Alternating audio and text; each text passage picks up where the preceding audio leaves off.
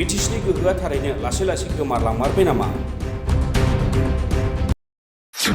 बेरेखा हान्जा बिपिएफआ मोनजिद' बिफानखौ हरफिननायनि अजदआ थार नामा? बुंथिगिरिया बुंनाय बायदि सिस्टेमखौ दानानै लानो हायैखाय हादरसा सोरखारनो आथिखालनि बिटिसि सोरखारा गोहोखौ हरथ'दों नामा? बेफोरबायदि सोंथि सिखारनायनि गुबै जाहोना जाबाय हादरसा सोरखारनि डाइरेक्टर अफ सेकेन्डारि एजुकेशननि नैबे बिथोनलाइ। जाय बिथोनलाइनि गेजेरजों तामुलपुर जिल्लानि नतुन बस्ति आंगारखाटा एमइ स्कुलखौ गोजौ फरायसालि थाखोआव जौगाहोबाय होनना बुंनाय जादों आरो फरायसालिखौ आपग्रेडेशन खालामनायनि उनाव नतुन बस्ति आंगारखाटा हाई स्कुल मुं होनाय जादों।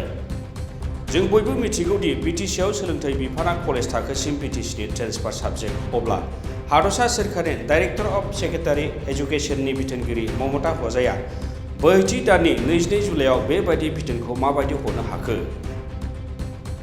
बिथोनलाइखौबो बिटिसिनि गाहाय खुंगिरि एबा सोलोंथाइ बिफाननि बिथोनगिरिनो हरालासिनो माबायदि बाक्सानि इन्सपेक्टर अफ स्कुल्स आरो डिस्ट्रिक्ट एलिमेन्टारि एजुकेशन अफिसारनो हरखो? दा बेयाव सोंथि सिखारदों, तामुलपुर जिल्लाया बिटिसिआव गैया नामा?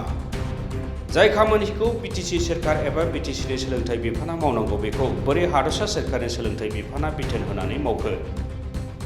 बिथोनलाइयाव मख'नाय बायदिब्ला फरायसालिखौ एमालगेमेशन खालामनाय नङा। मोननै एडिशनेल क्लासरुम थागोन।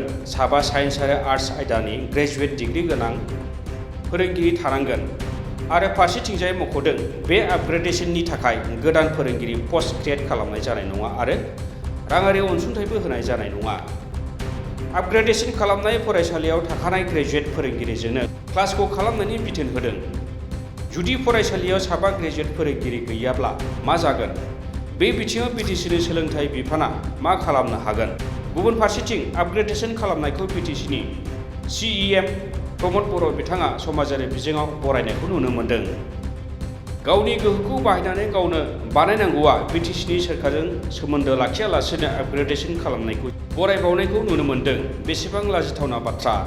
बेबादि बिथोनलाइखौ नुयोब्ला थारैनो सोंथि सिखारो, बिटिसिआव सिगाङाव मोनखानाय गोहोआ बिटिआर गोरोबथानि उनाव लासै लासै जोबलांनो हमबाय नामा? ना आथिखालनि बिटिसिनि खुंथाइ गोहोआव थानाय प्रमद बर' दैदेननाय सोरखारा गावनि गोहोखौ मोजाङै मिथिया नामा एबा गोहोखौ बाहायनो रोङिखाय हादरसा सोरखारा बाहायनो लादों नामा? बे समाव बियो जोबोर गिदिर सोंथि जानानै फैदों आरो गोबां सोमावसारनायनि उनाव मोननाय गोहोआ थांफिनोब्ला बियो थारैनो बिटिसिनि नोगोरारिफोरनि थाखाय जिंगासिथावना जागोन। बेफोरबादि जाबाय थायोब्ला बिटिसिनि इयुना मा जागोन बियो साननो गोनां बाथ्रा जानानै फैदों।